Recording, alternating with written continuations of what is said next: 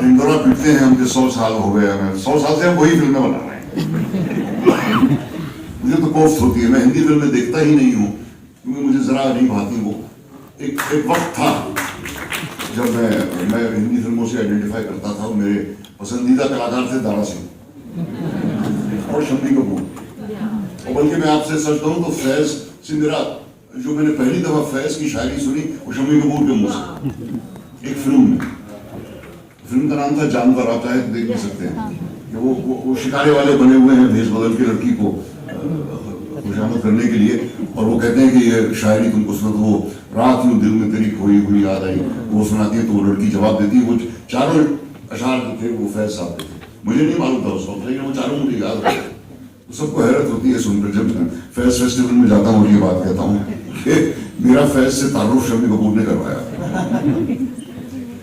लेकिन आपका सवाल क्या था?